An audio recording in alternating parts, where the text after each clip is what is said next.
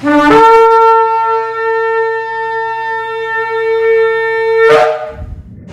Shalom, está la congregación 20 Fila desde el sector Candelaria en Arecibo, reuniéndonos un Shabbat más para darle toda honra, honor y esplendor a nuestro Padre Celestial por habernos permitido de vuelta nuestra alma en compasión y poder estar estudiando su palabra. Damos toda honra al Kadosh Baruch Hu, Yahweh Sebaot.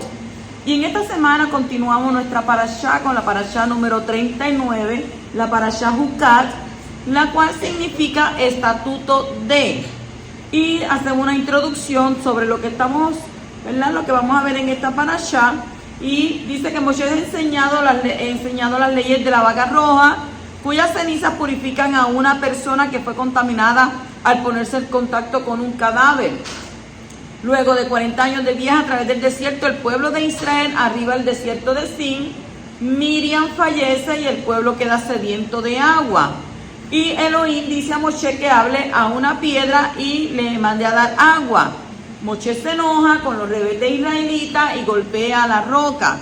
Fluye agua, pero Moshe es informado por Abba Kadosh que ni él ni su hermano ingresarán a la tierra prometida. Aarón fallece en Or-Har y su hijo Elazar lo sucede en el puesto de sumo Kohanim, de sumo sacerdote. Serpientes venenosas atacan el campamento israelita luego de otra erupción de descontento en la cual la gente habla contra Elohim y Moshe. Entonces Abba envía a Moshe a colocar una serpiente de cobre sobre un palo alto y todo el que observe hacia lo alto será curado. El pueblo canta una canción en honor al pozo milagroso que les proveyó agua en el desierto. Y Moshe lidera al pueblo en la batalla contra los reyes emoritas de Sihón y Og, que buscan impedir el paso del pueblo israelita por su territorio y conquista sus tierras y que se encuentran al este del río Jordán. Prácticamente eso es lo que hay en el capítulo 19, 1 al capítulo 22, 1 del libro de Números Bamidbar. Esos 3 capítulos es lo que está resumiendo. Entramos en el capítulo 19, 2, donde dice: este es el estatuto de la Torá que Yahweh ha ordenado diciendo de a los hijos de Israel que te traigan una novilla roja sin defecto, que no tenga mancha y sobre la cual nunca se haya puesto yugo.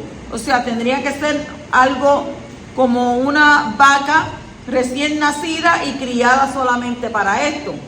Y aunque los motivos para todas las mitzvot están más allá de nuestra comprensión, algunas razones de ciertas mitzvot han sido reveladas, mientras que otras no. Y así vemos que la mitzvah de la vaca roja purifica al impuro al tiempo que impurifica al puro. Eso es algo que nosotros no podemos entender, porque hay unos mandamientos que no entendemos.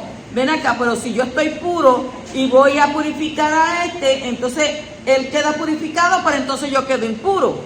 Se transfiere, se transmite, ¿verdad? Entonces, esto es ciertamente algo imposible de comprender y nos enseña que todas las mitzvot están más allá de nuestra comprensión. Un hok, que es un decreto, es una ley cuya razón no nos es revelada. La vaca roja purificaba a los israelitas de la peor de las impurezas. La vaca tenía que tener una edad de 3 años, debía de ser totalmente roja y nunca podía haber sido utilizada para la carga. Debía ser perfecta, no podía tener defecto y el animal era sacrificado y el Cohen debía esparcir la sangre 7 veces hacia el santuario y su cuerpo debía ser quemado completamente y divididas sus cenizas en 3 porciones.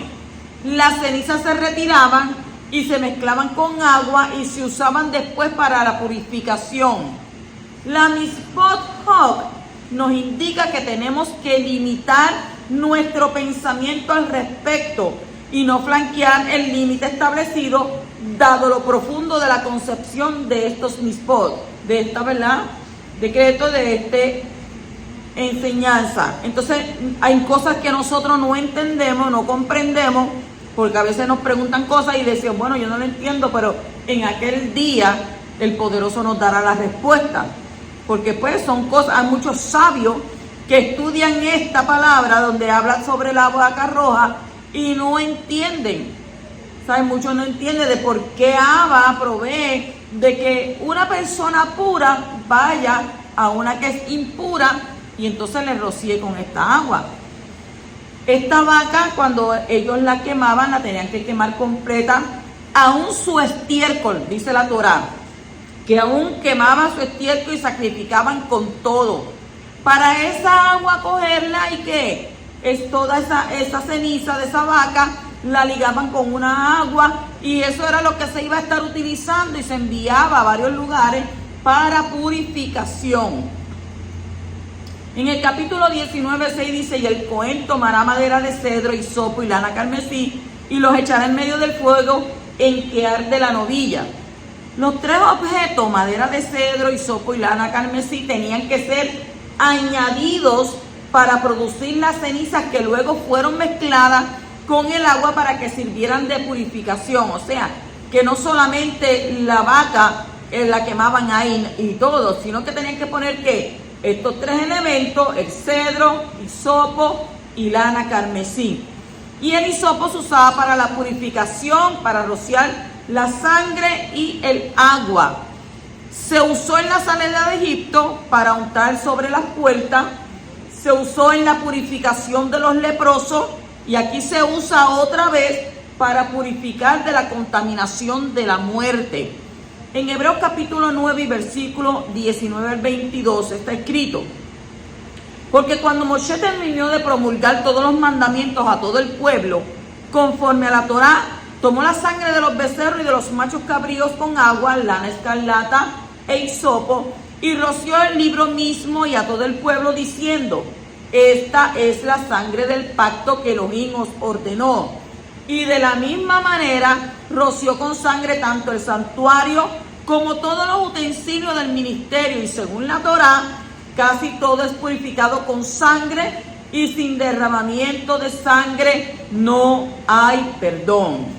En el Salmo 51:7 está escrito también: purifícame con hisopo y seré limpio, lávame y seré más blanco que la nieve. O sea que estos tres elementos son bien importantes para la purificación.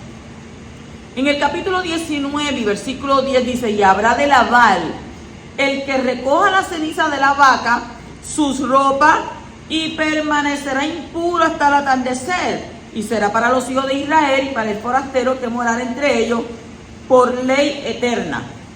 El pueblo era purificado con las cenizas de la vaca roja, pero la persona que realizaba la ceremonia se contaminaba con el proceso.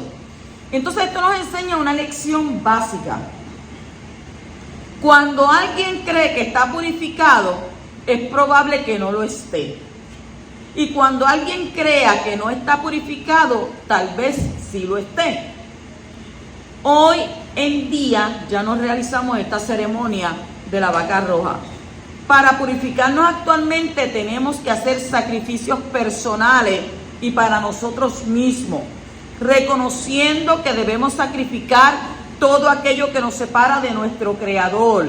Y para poder limpiarnos de todo lo que mancha la imagen de Yahweh, hay que reconocer que cualquier acción de resistencia y restricción, como sacrificar el ego, porque hay muchas personas que son bien egocéntricas, egolátricas y solamente piensan más que en ellos, pues entonces puede limpiarnos de la energía de la muerte. Porque aquel que queda impuro, según estuve estudiando en la Torá, si no avanza a que le hagan puro, puede morir. Entonces cuando usted tiene una acción de resistencia y restricción, sacrificando su ego, entonces puede limpiarse de la energía de la muerte.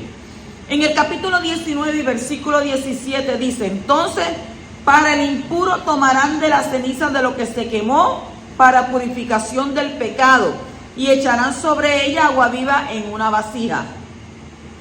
Para que el agua pueda ser viva, tiene que venir naturalmente de una fuente natural, como la lluvia o una fuente subterránea. Si toca algún material que pueda volverse impuro, como el metal, la madera o el barro, ya no es agua viva. Y esto nos explica la razón por la que guardan esta agua purificadora en tinajas de piedra y no de barro. Y hay varias similitudes entre la vaca roja y el becerro de oro. Al igual que el polvo del becerro de oro que había pasado por fuego, fue mezclado con agua que se fue dada a los hijos de Israel. Aquí las cenizas de la vaca roja son mezcladas con agua, pero entonces luego son aplicadas sobre los hijos de Israel. El otro se lo tuvieron que beber, pero este no, este fue aplicado a ellos. Capítulo 19 y versículo 22. Y todo lo que te tocare el impuro será impuro. De acuerdo a los sabios del Talmud, la tumá, que es impureza, es transmisible hasta el punto que establecen la siguiente degradación. El cadáver de una persona es considerado avi avot hatumá. Avi avot hatumá. ¿Qué quiere decir esto? Que él es la fuente primaria de impurificación. ¿Por qué? Porque es un cadáver, porque está muerto. Entonces, el hombre que lo tocare se convierte en ab hatumá. Ab hatumá. Y a su vez transmite la tumá. ¿Qué es la tumá? La impureza. ¿La transmite a quién? A todo lo que entre en contacto con él. Que pasará entonces a llamarse Rishon Latumá. Rishon Latumá, que es primer grado de contaminación, la cual generará entonces un segundo grado y así sucesivamente hasta el sexto grado de contaminación. ¿De dónde salimos? Saca esto. Eso está en la Mishneh Torah. En el capítulo 20, versículo 1 al 2 dice: los hijos de Israel, toda la congregación, llegaron al desierto de Sin en el mes primero, y el pueblo se quedó en Kadesh, y allí murió Miriam, y allí la sepultaron. Y no había agua para la congregación, y se juntaron contra Moshe y Aarón. Este pueblo, duro de cerviz, no acaban de entender que el poderoso de Israel es el que provee todo lo que ellos necesitan. No se dan de cuenta que cuando cada vez que ellos se quejan, hay una situación difícil. ¿Qué situación difícil? Situación de muerte. Cada vez que ellos se quejan, la gente muere. Y entonces todavía no han aprendido de que quejarte en contra de Abba Kadosh no la hace. Porque Abba no quiere gente que esté quejándose todo el tiempo. Y tú no me ayudas, y tú no me contestas la petición, y tú no me buscas la novia, y tú no me provees el carro, y tú no haces que yo me pegue con 1 millón, y tú no... O sea, ¿qué estamos pidiendo? Por eso Yahshua dijo, ustedes piden y piden mal. No saben cómo pedir. Porque cuando ustedes... Vamos a pedirle a Abba, dame fuerzas, dame fortaleza. Guíame en este caminar, muéstrame tu camino, porque bien claro la palabra dice, buscad primeramente el reino de Abba y su salvación o su justicia, y lo demás yo me encargo, lo demás yo lo traeré, lo demás yo te lo voy a proveer. Si Él es nuestro Padre, ¿usted cree que Él no sabe de lo que nosotros estamos faltos? ¿Usted cree que Él no sabe la necesidad que tenemos, lo que necesitamos en realidad? Porque Shaul lo dijo, mira, no me des tanto como para que yo me enorgullezca, no, para que yo me ponga altivo, ni me des tampoco para que entonces no quiera buscarte. Sino dame ¿qué? Dame lo necesario, dame lo necesario. Pero entonces, cada vez que pasaba una situación que ya ellos están viendo, oye, la muerte de los espías, ellos están viendo la muerte de Corá, ellos están viendo la muerte de todos los que quisieron a venir donde Moshe y acusarle, no, por culpa de ustedes. Corá se murió. Viendo todo eso, aún entonces ahora sí, el pueblo ¿qué hace? Comienza a murmurar de nuevo. Y dice que se juntaron contra Moshe y Aarón. Según el Talmud, Miriam murió el día 10 de Aviv, a los 125 años. Después de la muerte de Miriam se secó el agua de la fuente Y según el Talmud y el Midrash, la fuente de agua que seguía a los hijos de Israel en el desierto fue dada por los méritos de Miriam. Cuando ahora ella se murió, se secó la fuente y el pueblo se quedó sin agua. En 1 de Corintios, capítulo 10, versículo 4, está escrito: y todos bebieron la misma bebida espiritual, porque bebían de una roca espiritual que los seguía, y la roca era el Mashiach. Si usted viene a darse de cuenta, desde que ellos salieron de allá, ¿de dónde? De Misrayim, todo lo que ha habido ha sido muerte. Ha sido muerte. Y viendo con sus propios ojos los milagros, continúan levantados en contra de Abacadosh, levantados en contra de Moshe, levantados en contra de Aarón, porque hasta la misma Miriam también se quejó, también murmuró, también vieron lo que Miriam pasó, tuvieron que esperar una semana, 7 días, esperando que Miriam pues pasara la pelita que Abba le dio, que la cogió y le puso ¿qué? ¿Qué le puso? La zarat. Entonces, con todo y eso, continúan murmurando, continúan quejándose. En el capítulo 20, versículo 8 dice: toma la vara y reúne a la congregación, tú y tu hermano Aarón, y habla a la peña o a la roca o a la piedra en el lugar que usted se encuentre. Uno le dice roca, otro le dice peña, otro le dice piedra. Dice: a la vista de ellos, para que dé su agua. Y así sacará para ellos agua de la peña y beban la congregación y sus animales. De haberle hablado a la peña, habría revelado el gran poder del habla. Así porque desobedecieron mi boca, dice en el capítulo 20, número 20, 24. Porque desobedecieron mi boca. ¿Qué significa? Significa que el poder del habla, que puede ser utilizado en Kadushá, en santidad. Abba no le dijo a él que golpeara. Abba le dijo: toma la vara, reúne a la congregación, reúnete tú, reúne a tu hermano Aarón y háblale a la roca a la vista de todos ellos. ¿Por qué? Porque Abba quería engrandecerse, porque Abba quería que ellos le retornara, o que en algún momento, ¿verdad?, ellos dijeran: wow, tengo fe en el creador del universo, porque en este desierto aquí no hay agua, aquí no hay nada, y el poderoso está diciendo que va a dar agua.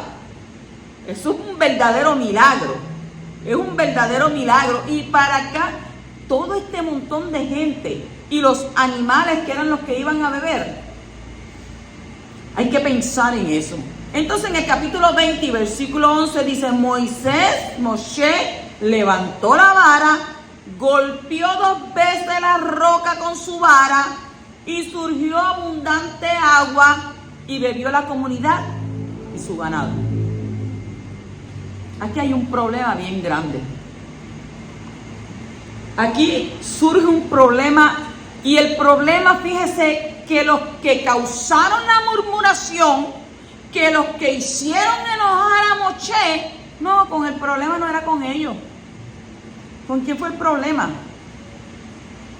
Dado que el pueblo enojó a Moshe, el pueblo enojó a Moshe al punto en que se equivocó y golpeó la roca.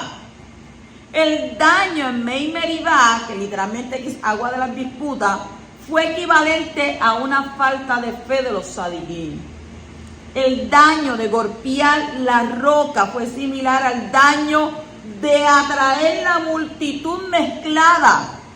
Y lo hizo sin pedirle a Abacadosh que le otorgase la capacidad de hacerlo de la manera correcta y sin forzarlo. Y este daño permitió que la multitud mezclada llevase a los israelitas a equivocarse con respecto al becerro de oro, como está escrito, Salmo 106, versículo 32 al 33, dice: también le hicieron enojarse en las aguas de Meribá, y le fue mal a Moshe por culpa de ellos, puesto que fueron rebeldes contra su espíritu, y él habló precipitadamente con sus labios. ¿Ve lo que está diciendo? Habló muy rápido, habló precipitado, habló porque estaba enojado. A veces cuando nosotros nos enojamos, es mejor guardar silencio, porque hay veces que decimos palabras que no queremos decir, y a veces ofendemos y no queremos ofender, y a veces llegamos a un punto, la escritura dice, airáis, pero no pequéis. Pero entonces cuando la persona te lleva contra la pared, ahí es que usted tiene entonces que pensar. No puede ser que precipitado en decir para ofender, decir por hablar. Porque he sabido de gente que hay momentos en que se deben de quedar callados, y por no quedarse callados, porque siempre buscan quién tiene la razón, y a veces en las discusiones tú no puedes buscar quién tiene la razón. Hay momentos en que las palabras sobran. Hay momentos en que tenemos que callar. Hay momentos en que nos puede ir mal. Ay, yo no quería decirte eso, perdóname. Pero lo dijiste. Ah, no, pero que verdad que yo quiero que lo olvides. Pero no olvida. Porque cuando usted le habla a una persona por ofenderla, porque como no está ganando la batalla, y esto nunca se trata de quién tiene la razón ni de quién voy a ganar batalla. Esto no es una competencia. Esto es de que yo no estoy de acuerdo contigo, no estoy de acuerdo con tu posición, no estoy de acuerdo con lo que tú me estás hablando, no acepto lo que tú me dices, y tú me estás llevándome a un punto donde voy a explotar en coraje, voy a explotar en enojo, así como le pasó al pobre de Moshe, porque el pobre de Moshe tuvo que pagar las consecuencias de su enojo. Y dice que Moshe era el hombre más humilde y más manso de la tierra. ¿Y cómo es posible que Moshe haya llegado a este punto de enojarse? Y de entonces que Moshe desde un principio siempre seguía las instrucciones de Abba Kadosh, ¿cómo es posible que en este momento no siga las instrucciones que Abba le dio? Usted pudiese ponerse por un momentito en los zapatos de Moshe, sacando un pueblo desde Misrayim, todo lo que él pasó con el faraón, las plagas que ellos vieron, las plagas, los milagros del poderoso, vieron los espías, vieron todo lo que Abba ha hecho ahí, uno detrás del otro, uno detrás del otro. Y que llega un momento en que Abba le da unas instrucciones y él dejó que el enojo pudiera más que la palabra de Abba, que seguir la instrucción de Abba. Era sencillo. Él lo único que tenía que decirle, mira, piedra, roca, peña, Abba dice que brote agua de ti, que des agua, que este pueblo vea el milagro que él va a hacer. Brota agua. Abba, eso era lo que quería, que le hablara.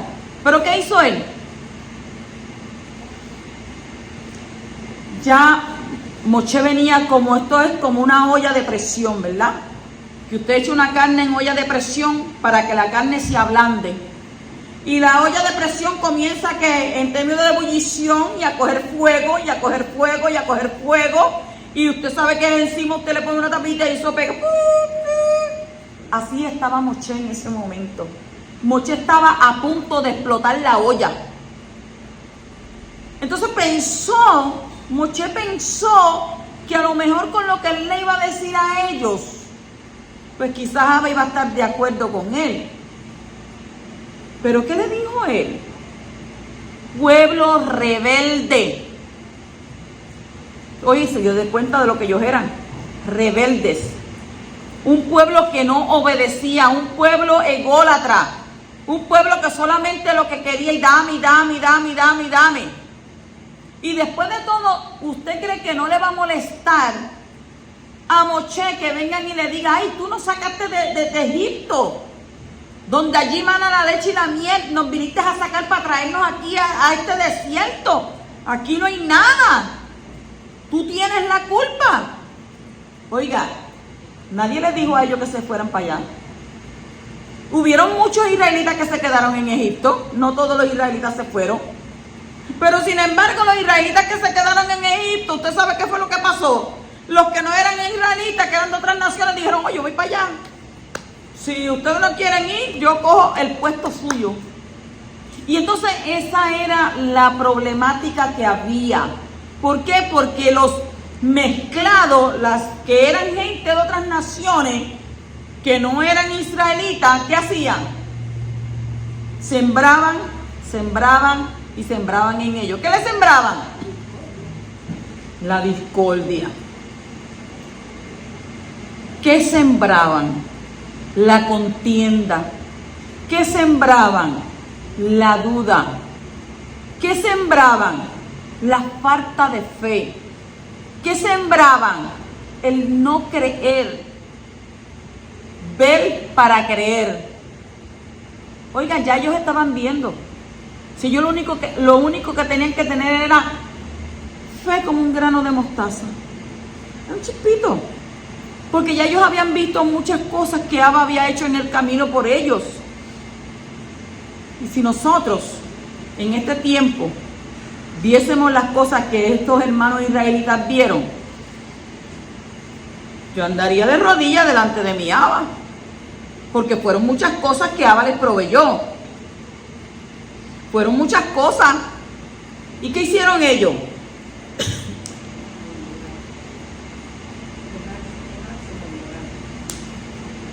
Se quejaron. Se quejaron. Y se quejaron, y se quejaron, y se quejaron. ¿Usted sabe cómo le dicen hoy? Hoy le cambiaron de quejoso, le cambiaron el nombre a tóxicos. Hoy le dicen tóxicos. Porque se quejan y se quejan y se quejan y no agradecen y siguen quejándose y siguen pidiendo y siguen esto. Tóxicos y tóxicas. Entonces, Moshe no cometió un pecado aparentemente grave. Pero en los ojos del Padre Celestial, su desobediencia, su arrebato de ira con palabras hirientes, fueron más que suficiente grave. ¿Para qué? Suficientemente grave para prohibirle la entrada a la herencia. Si usted está en su trabajo y allí tiene una gente mezclada, y le quieren sacar de quicio, y siempre están acusándole, y siempre están señalándole, o allá su vecino, o allá su familiar, o allá su hijo, su mujer, su marido, y están ahí tóxico, y usted está hasta acá, ¿qué usted tiene que hacer? Hacer como hizo Moshe, agarrar una vara y meterle 2 varazos por la cabeza.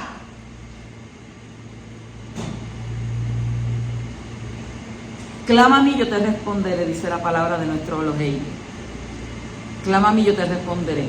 Sí, pero usted lo dice, porque qué lindas las palabras, decirlo desde ahí, pero estar en esa olla de presión, estar en ese momento. Oh, es claro que te puedes enojar. La Escritura lo dice, airaos, pero no pequéis. Y el problema que tuvo Moshe que fue que se airó. Está bien, te puedes enojar, pero no siguió las instrucciones. No pegues, habla. No ofendas, reconoce. Y ahí fue que él falló. Ahí fue que él falló, porque ya este pueblo lo tenía tan airado, lo tenía tan cansado, lo tenía... Bueno, en un momento dado, Abba que dijo, mira Moshe, salte del medio, mira a ver si este pueblo no airaba. Y entonces usted diría, pero es injusto.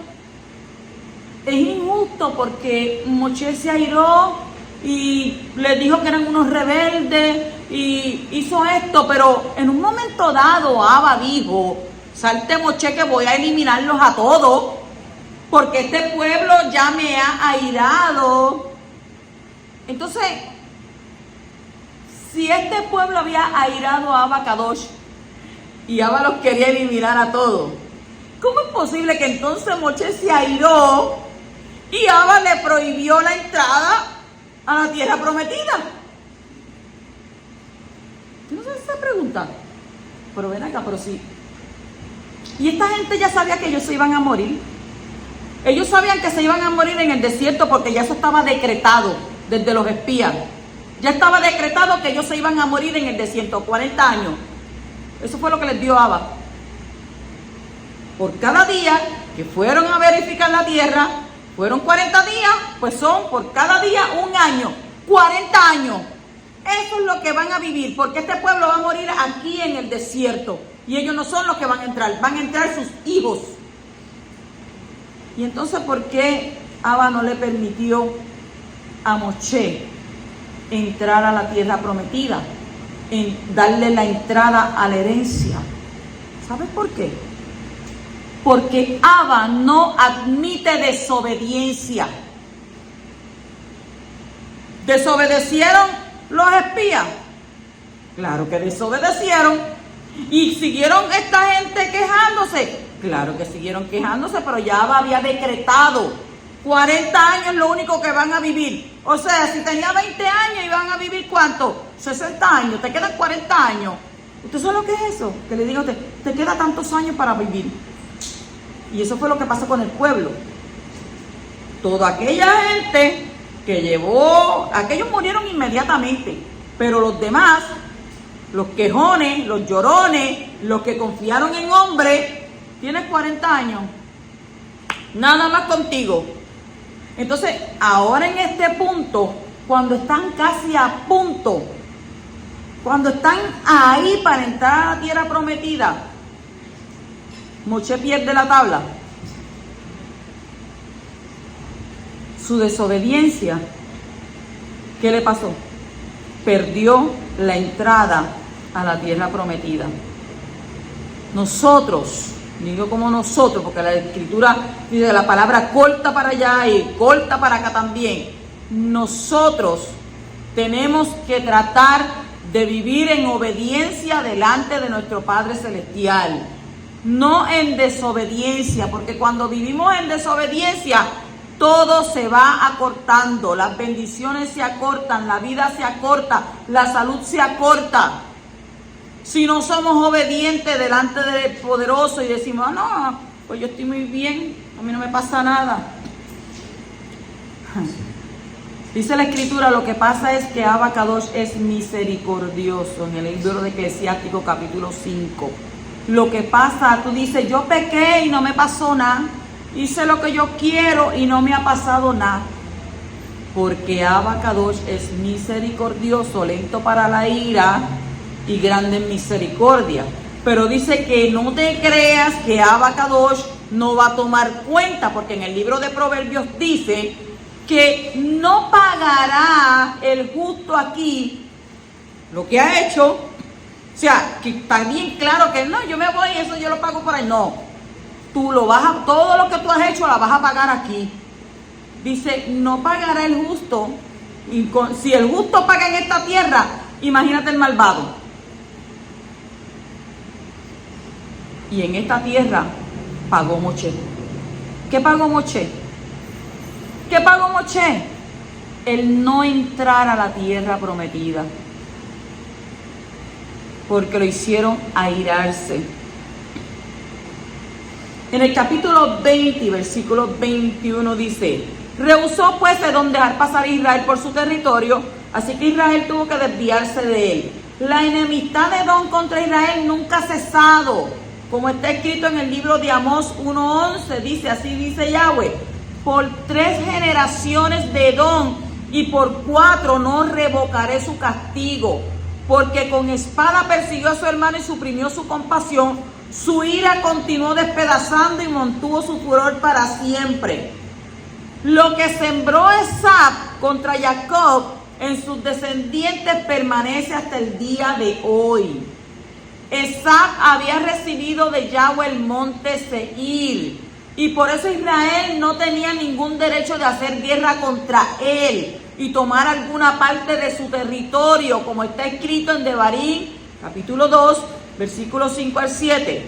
No los provoquéis porque nada de su tierra os daré, ni siquiera la huella de un pie, porque a Esab he dado el monte Seir por posesión.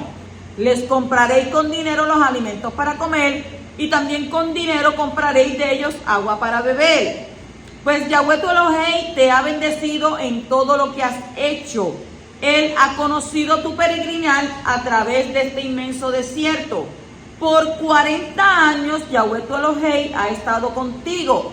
Nada te ha faltado. Entonces Israel fue ordenado a bendecir a quien, a su hermano Esab, con la compra de alimentos y bebidas, pero aún así él no quiso dejarlos pasar por su territorio. Por el odio que tenía no pudo ser bendecido por Israel. Y lo mismo sucede hoy en día con todos aquellos que odian a Israel. Esab, que simboliza la carne, el Yetzer Hará. Israel, que simboliza el espíritu, el Yetzer Hatov. Cuando el espíritu quiere pasar por un camino que ha sido encomendado por Yahweh, la carne se opone. La lucha entre Israel y Esab representa la lucha interna de cada creyente. Los profetas muestran que Esab seguirá peleando contra nosotros hasta ser finalmente ¿qué? Destruido. Eso lo dicen Abdías. Y no había ninguna profecía que habla de una restauración y un futuro próspero para Esab, que es Edom. Con la venida del Mashiach, su final será una destrucción total, como está escrito en Isaías, capítulo 63, versículos 1 al 6. Entonces, el sistema romano, tanto político como religioso, será parte del juicio contra Edom. Bendito el poderoso de Israel. Continuamos en el capítulo 20, versículo 29. Cuando toda la congregación vio que Aarón había muerto, oiga, Aarón, primero Miriam, y ahora ¿quién? Aarón. Cuando toda la congregación vio que Aarón había muerto, toda la casa de Israel lloró a Aarón, ¿por cuántos días? Por 30 días.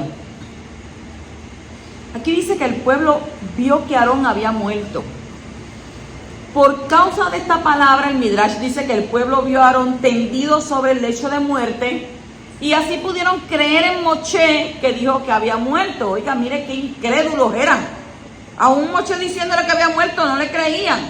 Sin embargo, hay que cuestionar si realmente no había una honestidad superior en el pueblo que había recibido la Torah en el Sinaí. ¿Y cómo podían creer que Moshe estaba mintiendo? Según el Talmud, también se puede entender que como se dejaron ver, en el sentido de que quedaron descubiertos. Por lo tanto, se saca la conclusión de que la nube de esplendor, ¿saben que la nube iba qué? De día, columna de nube, de noche, columna de fuego. Dice que esa nube de esplendor se alejó de los hijos de Israel con la muerte de Aarón. Se quedaron sin agua, ahora sin la nube. Entonces, por los méritos de este hombre, estaban las nubes de protección acompañando a los hijos de Israel durante todo su viaje por el desierto. ¿Y ahora qué pasó con ellos? Se quedaron al descubierto, porque ahora ya no hay nube. Se despejó la nube. Oiga, tenían méritos. Los que andaban ahí tenían méritos. Capítulo 21 y versículo 1 dice: cuando el cananeo, el rey de Arad, que habitaba en el Negev, oyó que Israel subía por el camino de Atarim, peleó contra Israel y le tomó un cautivo. Dice, ¿le tomó qué? Un cautivo. Según Rashi, el rey de Arad era amalequita, que hablaba con la lengua de Canaán. ¿Para qué? Para despistar a los hijos de Israel, para que oraran contra el pueblo equivocado. Y por eso es llamado Kenaanita. Pero ellos oraron solo contra el pueblo que los atacaba, según que Números capítulo 13, versículo 29. Los amalequitas vivían en el sur. Los kenaanitas, que eran los cananeos, eran descendientes de Ham, que era Cam, y los amalequitas eran descendientes de Esab. El texto hebreo no habla de varios cautivos, sino de una sola persona, que según Éxodo, Shemot 12:29, no se refiere a un hombre, sino que a una mujer. Según Gur Ariel, era una esclava que los hijos de Israel habían capturado previamente. Capítulo 21 y versículo 5 dice: y el pueblo habló contra Elohim y Moshe. ¡Qué bravos son! ¿Por qué nos habéis sacado de Egipto para morir en el desierto? Pues no hay comida ni agua y detestamos este alimento tan miserable. ¡Ay, poderoso de Israel! ¡Qué desprecio tan grande! ¡Qué desprecio tan grande a ese pan de Malak, pan de ángeles! Dice que el poderoso les estaba, ¿qué? Dando. Se impacientó el ánimo del pueblo y hablaron contra Elohim y contra Moshe. Ya no se quejaron solamente por causa del camino, sino empezaron a criticar la comida que Abba les estaba dando todos los días. Abba Kadosh, es que mi alma te adora y mi alma te alaba y mi alma te exalta y mi alma te bendice y mi alma te da honra. Y yo digo: ay, poderoso de Israel. Y todavía el pobre Moshe no se puede enojar. Vienen quejándose desde que salen de Misrayim y no terminan de quejarse de que no tenían agua, se les provee agua. El pobre Aarón se muere porque es que ya Abba lo tenía todo, ¿qué? Calculado. Abba tenía todo específicamente de lo que iba a hacer. Abba conocía. Entonces cuando Abba te da, Abba te da maná de los shamayim, te da la Torá, te da su palabra, porque su palabra es vida. Tú comienzas entonces a criticar, comienzas a hablar: ay, estoy harta, ay, leyendo siempre lo mismo, ay, la roba con las mismas parachá, que ay, esto, ya yo estoy cansado de esto. Oiga, ¿estás qué? Estás criticando. ¿Estás qué? ¿Qué estás haciendo? Como este pueblo. Estás detestando el alimento que Abba te está dando, porque la palabra de Abba es vida, es alimento a nuestro espíritu. Y este pueblo estaba ya diciendo: ay, ya estamos hartos ya del maná este. Criticaron por el camino que venían. Entonces, o sea, cada cosa que tú haces. Usted sabe lo que es vivir con alguien que cada cosa que usted haga se la critique, que cada cosa que usted haga está mal, que cada cosa que usted hable le moleste, que cada cosa que usted diga, mira, todo molesta, todo es un oprobio, todo es una discusión, todo algo tóxico. Eso puede uno salir corriendo. Ahora quería salir corriendo con este pueblo. Es que no puedo. Le estoy dando alimento y me están diciendo que es un alimento miserable. A veces nosotros somos así con nuestro Padre Celestial. A veces nosotros no vemos lo que Él está dando. A veces nosotros no captamos, no integramos, no usamos el sentido lógico y crítico de decir: estoy respirando, pero es porque mi Padre me permite respirar. Estoy mirando, pero es porque Él me permite mirar. Estoy escuchando, pero es porque Él me permite escuchar. Estoy sintiendo, tocando, moviéndome, porque Él lo permite. Y estoy teniendo este alimento y estoy teniendo este techo. Pero aunque el techo no sea mío, pero por lo menos Abba me permite trabajar y tener el dinero para yo pagar ese techo. Por lo menos Abba me permite tener salud para yo poder comprar mis cosas, pagar la luz, pagar el agua, pagar el teléfono, pagar esto. Oye, ¿quién te da salud? La salud es lo más importante. Tú puedes tener los millones que tú quieras tener, pero si tú no tienes salud, tú no tienes nada. ¿Por qué? Porque cuando tú no tienes salud, estás postrado en una cama. Y si estás postrado en una cama, tienes que depender de otro. Y siempre para el otro, que te va a cuidar a ti, hay sus excepciones, pero siempre va a ser un fastidio. Entonces, nada más con tú saber que Abba te da salud, ya eso es para agradecerle. Porque ¿cuánta gente nos vemos enferma hoy en día? Que si tiene este síndrome, que si tiene aquella cáncer, que si tiene esta enfermedad, que si tiene un VIH, que si no puede tragar, que si no puede levantarse, que si está paralítico, que si está cuadraplégico, que si está... ¿Cuántas cosas? ¿Cuántas cosas? Nosotros cuando abrimos los ojos por la mañana, ¿cuántas cosas tenemos para agradecerle a nuestro Padre? Toda Rabati en agradecimiento. Debemos de agradecer cada mañana. Agradecida estoy, Abba, que me devolviste mi alma en compasión. Gracias por lo bueno, por lo malo, por lo que tengo, por lo que no tengo, por lo que no me hace falta. Gracias por todo. Porque tú sabes cuál es mi necesidad. Porque tú sabes de lo que yo necesito. Porque tú sabes de lo que yo estoy falto.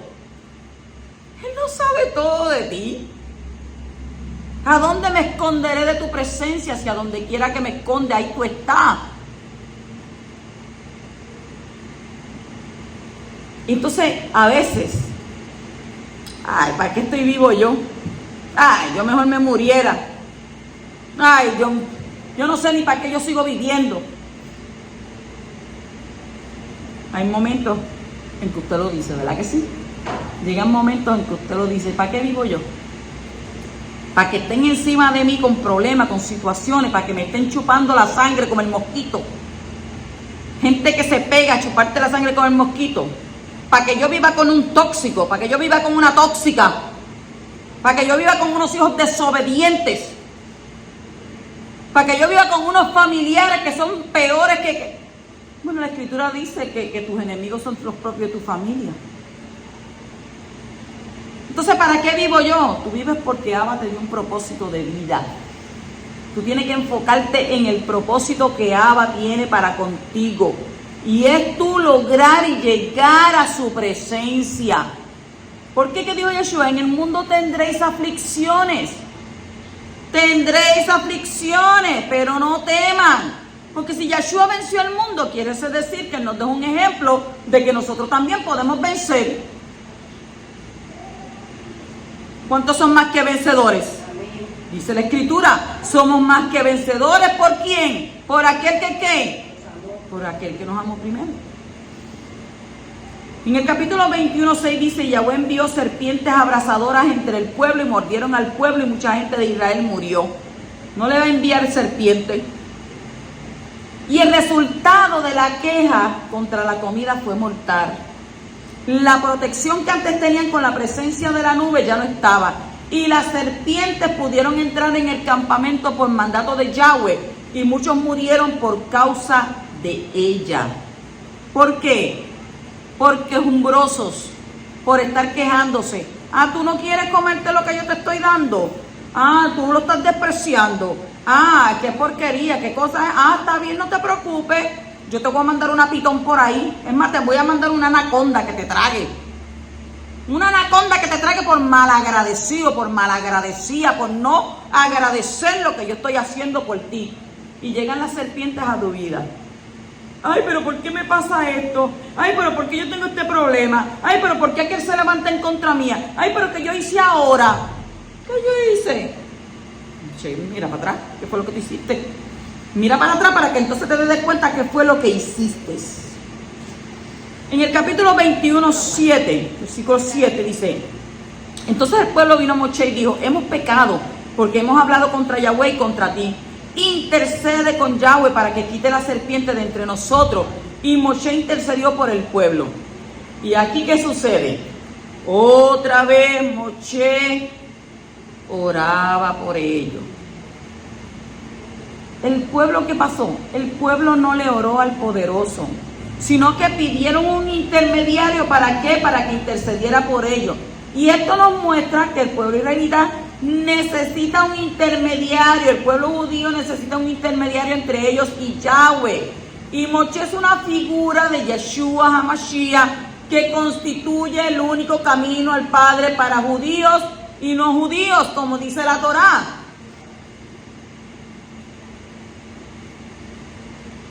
Dice la Torá, si tú quieres orar, abogado para con el Padre tenemos. Yeshua murió por nosotros, el velo se desgarró.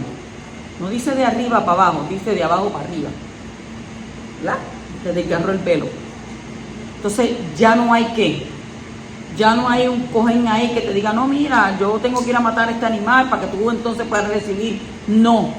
¿Por qué? Porque Mashiach vino a ser el Cordero. Mashiach, ¿qué hizo? Murió para redención, para redimirnos, para que ahora tu oración pueda ir directa al Padre. Avino yikade shemeja beyibare marcuteja rezón allí asiva shamayi.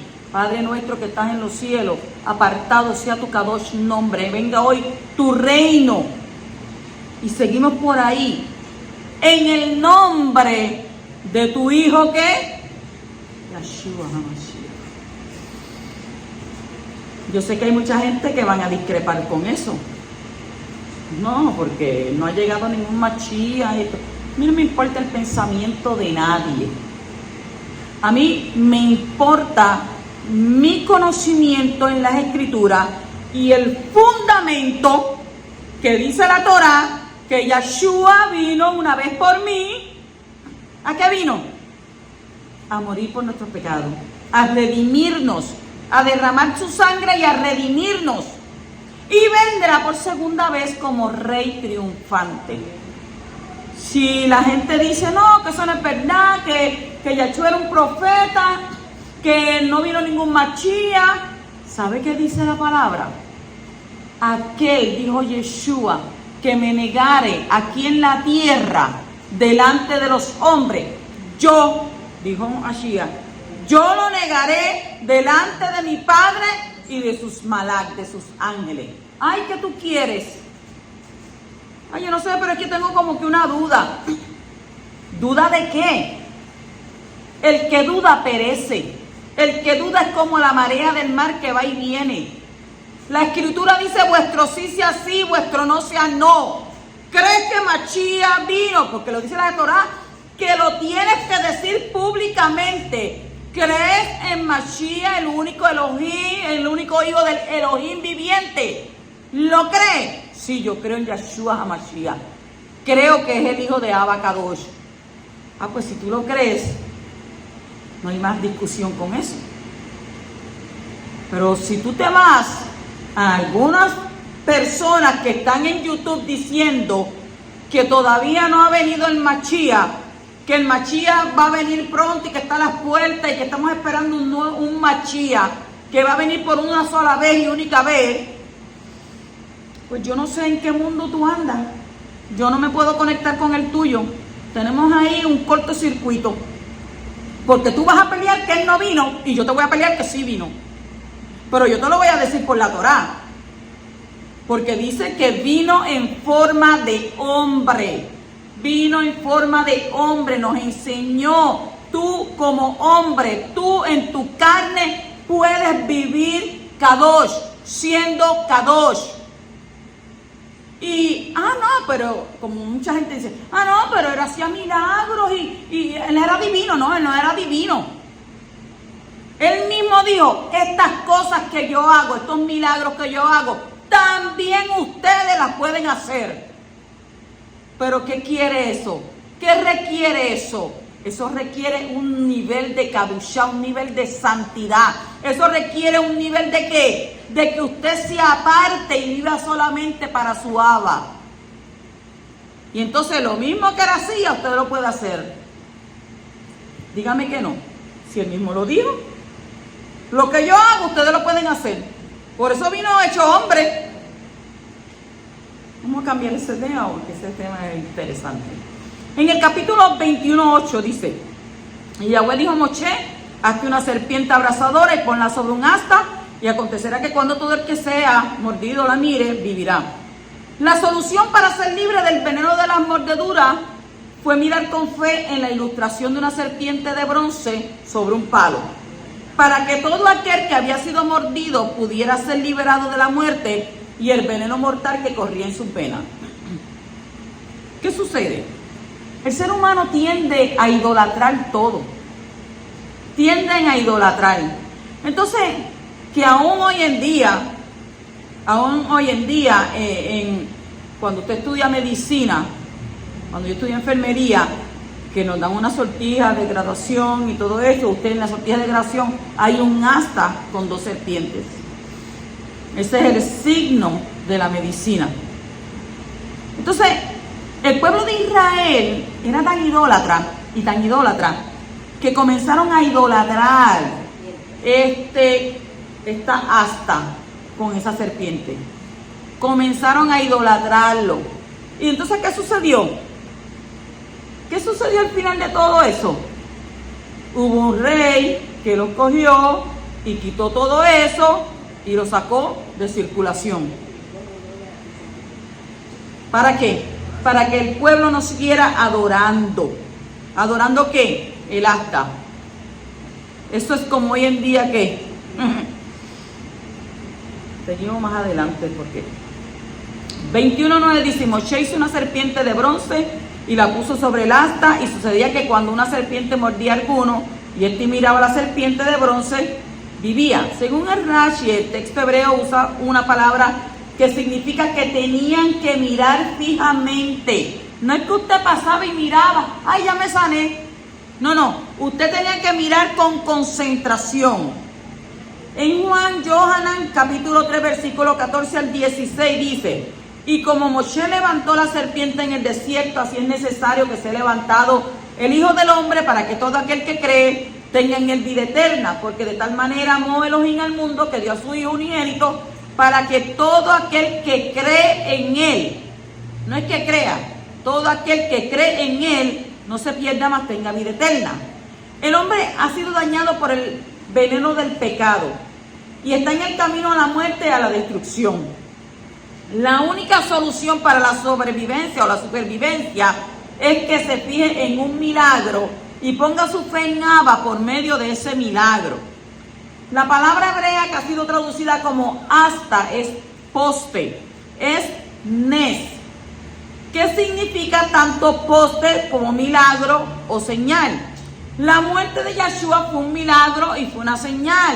El Hijo del Hombre tenía que ser levantado de la misma manera que la serpiente de bronce. Y Yahweh, Moshe y Yeshua dieron a conocer de qué manera el Mashiach tenía que morir para salvar al pueblo de Israel y al mundo del pecado y de la muerte eterna. Una serpiente simboliza el carácter del maligno, simboliza el Yetzer Hará, la mala inclinación, el pecado de todos los hombres que hemos recibido ¿desde dónde? Desde el huerto del Edén, al ser mordidos por la serpiente antigua. Fue introducido ¿en dónde? En Yeshua, para que pudiera ser condenado ¿por quién? Por el juez supremo. Y los hombres fueran ¿qué? Liberados de la ira y el castigo eterno que vino como una consecuencia de esa inclinación al mal, como está escrito en Romanos capítulo 8 y versículo 3. Pues lo que la ley no pudo hacer, ya que era débil por causa de la carne, Elohim lo hizo, enviando a su propio Hijo en semejanza de ¿qué? De carne de pecado, y como ofrenda por el pecado, condenó el pecado en la carne. En Isaías 53, 6, 11 y 12, todos nosotros nos descarriamos como ovejas, nos apartamos cada cual por su camino, pero Yahweh hizo que cayera sobre él la iniquidad de todos nosotros. Debido a la angustia de su alma, él lo verá y quedará satisfecho. Por su conocimiento, el justo, mi siervo, justificará mucho y cargará las iniquidades de ellos. Por tanto, yo le daré parte con los grandes y con los fuertes repartirá despojo, porque derramó su alma hasta la muerte y con los transgresores fue contado, llevando él el pecado de muchos e intercediendo por los transgresores. Cuando la escritura habla de el pecado en singular, se refiere a lo que se llama Yetzer Hará, la inclinación al mal, que es sinónimo a la carne, que es el carácter del maligno. Y cuando habla de los pecados en plural, se refiere a los resultados de esa inclinación, los pensamientos, las palabras, las obras que emanan de esa naturaleza. Cuando se refiere a ¿qué? A los pecados. Entonces, ¿qué pasó con Yeshua? Yeshua llevó tanto el pecado como los pecados para liberar a todos los que por fe ponen su mirada y su concentración fija en lo que hizo Él cuando murió en el madero. En Primera de Kefas de Pedro, capítulo 2, versículo 24, dice: y Él mismo llevó nuestros pecados en su cuerpo sobre el madero, a fin de que muramos al pecado y vivamos a la justicia, porque por sus heridas fuisteis sanados. Hebreos 9, 28. Así también el Mashiach, habiendo sido ofrecido una vez para llevar los pecados de muchos, aparecerá por segunda vez, sin relación con el pecado. ¿Para qué? Para salvación de los que ansiosamente le esperan. ¿Cuánto le esperan? Esperamos en el Mashiach. Entonces, Yeshua es la única solución final para el hombre, tanto judío como no judío. Sin Él nadie se escapa de la muerte eterna. Yahweh no dijo que Moshe hiciera una serpiente de bronce, sino abrasadora. ¿No fue lo que dijo? Hará una serpiente abrasadora. Entonces, las palabras hebreas para serpiente, que es nahash, y cobre, y nehoshet, se parecen. Entonces, esto nos enseña que Moshe usó un juego de palabras para cumplir ¿qué? La orden divina. En Segunda de Reyes, capítulo 18, 4, dice: quitó los lugares altos, derribó los pilares y cortó la acera. También hizo pedazo la serpiente de bronce que Moshe había hecho, porque hasta aquellos días los hijos de Israel le quemaban incienso y la llamaban Nehushtan. ¿Sabe lo que significa Nehushtan? Cosa de bronce. Ay, Moshe hizo una cosa de bronce ahí.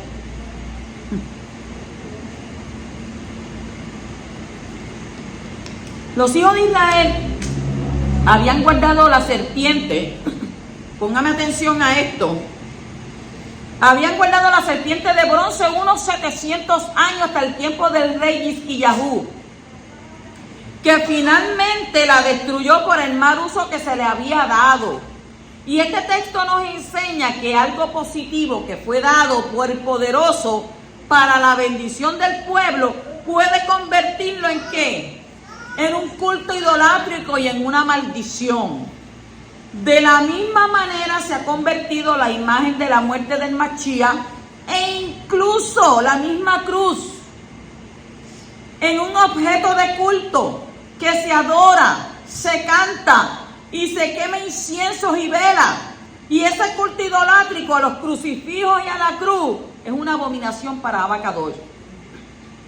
Y serán hechos pedazos cuando venga el Mashiach Yeshua de nuevo a la tierra. O sea, que a mí me matan un hijo con una aguja hipodérmica y yo voy, cojo y hago la aguja hipodérmica y le pongo ¿qué? Le pongo ahí una cadena y ando con la aguja para arriba y para abajo, venerando la aguja. Usted sabe que la cruz era instrumento de maldición. Era maldito el que muriera en una cruz. Y no era una cruz, era una estaca de ejecución. Cruz, eso lo pusieron después. Por aquel que dijo: ay, yo vi desde los cielos, vi una cruz. Es estaca de ejecución. Estaca de ejecución. Entonces, usted va a adorar la estaca de ejecución, donde es usted maldito si lo cuelgan ahí, o va a adorar al que murió en la estaca de la ejecución. El Mashiach Yeshua va a venir de nuevo a la tierra. Aquel que está vivo, dice la Escritura, que todo ojo le verá. Todo ojo. ¿Para qué todo ojo le va a ver? Para que sepa que verdaderamente él iba a venir. Para que no haya dudas. Todo ojo le verá. No va a venir como ladrón en la noche. Todo ojo le verá. dice la Torá, para que entonces crean que sí, Él vino una vez y vendrá por segunda vez. Capítulo 21 y versículo 13 dice: de allí partieron y acamparon al otro lado de Arnón, que está en el desierto y que sale del territorio de los amorreos, pues el Arnón es la frontera de Moab, entre Moab y los amorreos. Ahora los hijos de Israel entran en territorios nuevos. Arnón es el río que constituye la frontera norte de Moab, y los israelitas no se metieron en el territorio de Moab porque no recibieron permiso para hacerlo. Devarim, capítulo 2, versículo 29, y Jueces, Joftín 11, 17, lo puede leer ahí. Pasó lo mismo con Moab que con Edom, no le permitieron la entrada. Capítulo 21, 16, y de allí continuaron hasta ver, este es el pozo donde Yahweh le dijo a Moshe: reúna al pueblo y les daré agua. En la unidad hay bendición. Agua. Salmo 133. Yahweh podía haber dado agua sin reunir al pueblo, pero aquí quiso enseñar una verdad, y es que el agua se da cuando hay unidad. ¿Y qué es unidad?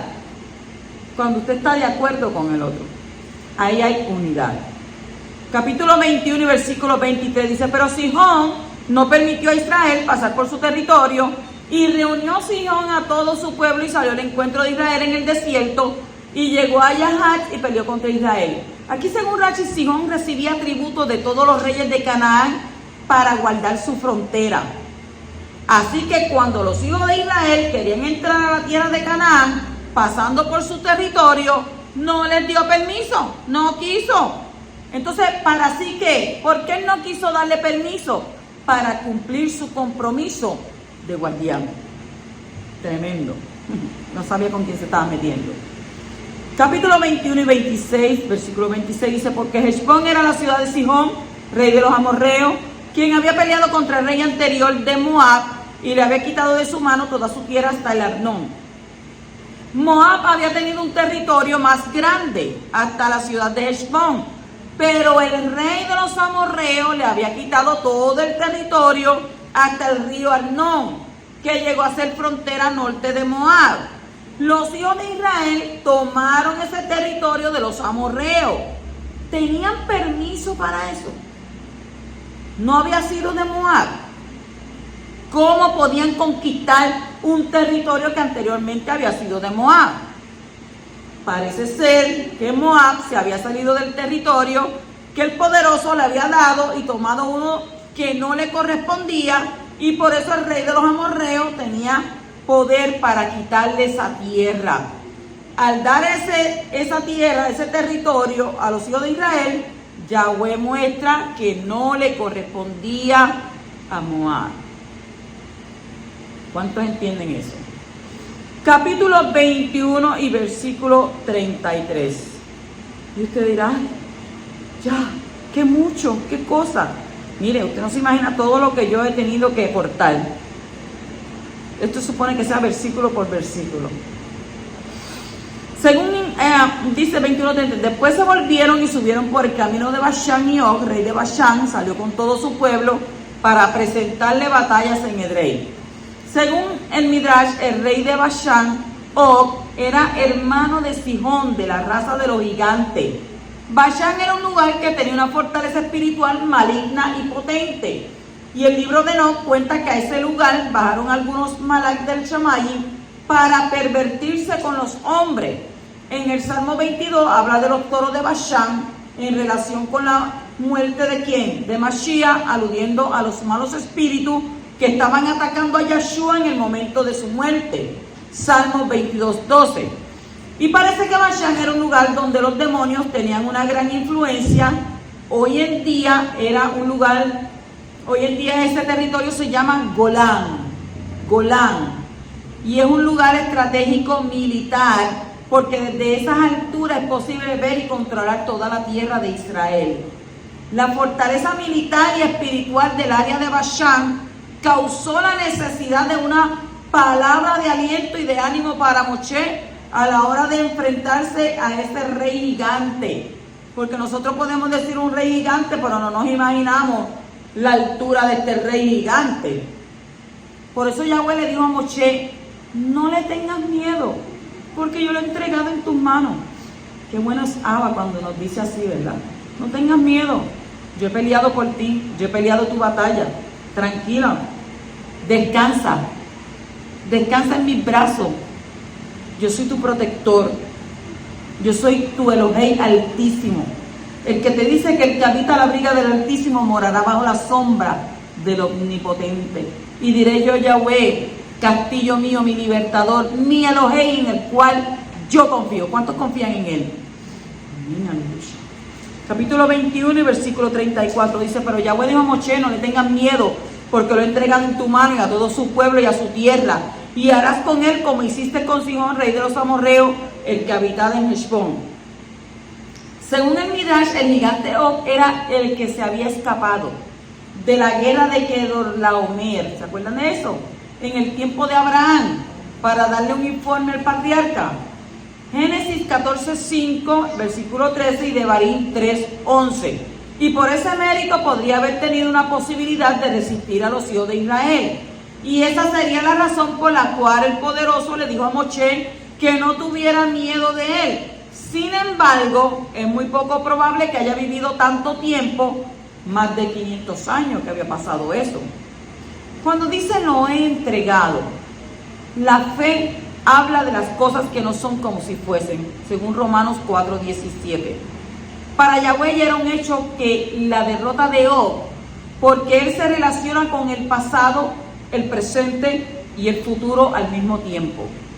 Y el rey Og de Bashán y su pueblo ya habían sido entregados en las manos de Moshe y el pueblo de Israel. Esto nos enseña que las cosas visibles ocurren porque hay una influencia espiritual que las causa.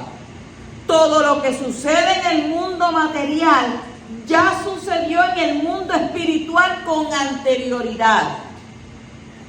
Lo que atares en los Shamayim será atado acá abajo en la tierra, ¿verdad que sí? Pero ¿a dónde te manda primero? A los Shamayim. Por tanto, Abacadosh entregó el triunfo. Así que para cambiar las cosas y los acontecimientos en el mundo material hay que cambiarlas primero ¿en dónde? En el mundo espiritual. ¿Cómo se puede cambiar las cosas en el mundo espiritual? Pues mediante la oración y las buenas obras. Si una persona ha sido sentenciada por el Tribunal Celestial para juicio, es posible que pueda cambiar esa sentencia mediante su propio arrepentimiento y su obediencia a los mandamientos de Abba. Según Jeremías 18:7-10, Daniel 4:24-28 y Hechos 8:20-24. Dice, harás con él como hiciste con Sihón. Esto nos enseña que la fe puede ser activada y crecer por medio de la experiencia. Como lo había hecho antes, ya no era tan difícil hacerlo de nuevo. ¿Por qué? Porque la confianza en la ayuda de Abba había aumentado por la experiencia anterior. El pueblo de Israel tuvo que exterminar a estos dos pueblos por causa de ¿qué? De sus pecados. Yahweh usa a Israel como una herramienta para ejecutar su juicio sobre las naciones y lo sigue haciendo hasta el día de hoy.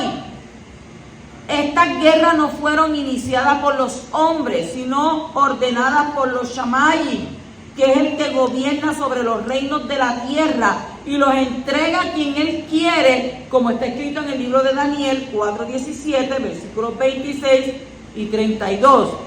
Dice, esta sentencia es por decreto de los vigilantes y la orden es por decisión de los Kadoshim, con el fin de que sepan los vivientes que el Altísimo, mire esto, domina sobre el reino de los hombres y se lo da a quien le place y pone sobre él al más humilde de los hombres. En cuanto al orden de dejar el tocón con las raíces del árbol, tu reino te será afirmado después que reconozcas que el cielo es el que gobierna. ¿De qué estamos hablando aquí? Y serás echado de entre los hombres y tu morada estará con las bestias del campo, te darán hierba para comer como el ganado y 7 tiempos pasarán sobre ti hasta que reconozcas que el Altísimo domina sobre el reino de los hombres y que lo da a quien le place. Nabucodonosor, Nebuchadnezzar, como le dirían. Entonces no es lo mismo tomar la justicia en las propias manos que ejecutar la justicia como un representante delegado de Yahweh. Israel no actuó con maldad contra estos pueblos, sino fueron puestos sobre las naciones para ejecutar el juicio de Yahweh sobre la mala conducta de ellas, como está escrito en Devarim 9, 3 al 6. Las autoridades puestas por el poderoso también tienen el derecho y la obligación de ejecutar su venganza sobre los malhechores, como está escrito en el Salmo 149, 6 al 9. Sean los lores de Elohim en su boca y una espada de 2 filos en su mano, para ejecutar venganza en las naciones y castigo en los pueblos, para atar a sus reyes con cadenas y a sus nobles con grillos de hierro, para ejecutar en ellos el juicio decretado. Esto es esplendor para todos sus kadoshim. Aleluya. No es lo mismo que una persona con un puesto de autoridad ejecute el juicio de Abba sobre el pecado, que cuando una persona cualquiera tome la justicia en sus manos. La autoridad fue entregada a los gobiernos de la tierra, no a los individuos privados, según Romanos 13:1. Y de la misma manera, cuando Israel exterminó estas naciones, lo hizo como un agente del poderoso y un vengador de la mala conducta de ellos, no tomando la justicia en sus propias manos, sino que Israel ha sido puesto como ¿qué? Como la cabeza de las naciones, según Jeremías capítulo 31, versículo 7. Lo que el poderoso hizo por medio de Israel con estos pueblos era justo, porque justo es Yahweh en todos sus caminos, dice Salmo 145, 17. Él es poderoso y él hace como le place. Capítulo 22, versículo 1. Dice: después partieron los hijos de Israel y acamparon en las llanuras de Moab, al otro lado del Jardín, frente a Jericó. El territorio llamado las llanuras de Moab está fuera del territorio de Moab. Probablemente es llamado así porque antes había sido parte del territorio de Moab, hasta que el rey de los amorreos, Sihón, se lo quitó, según Números capítulo 21 y versículo 26. Y continuamos en la próxima parasha. Shabbat Shalom.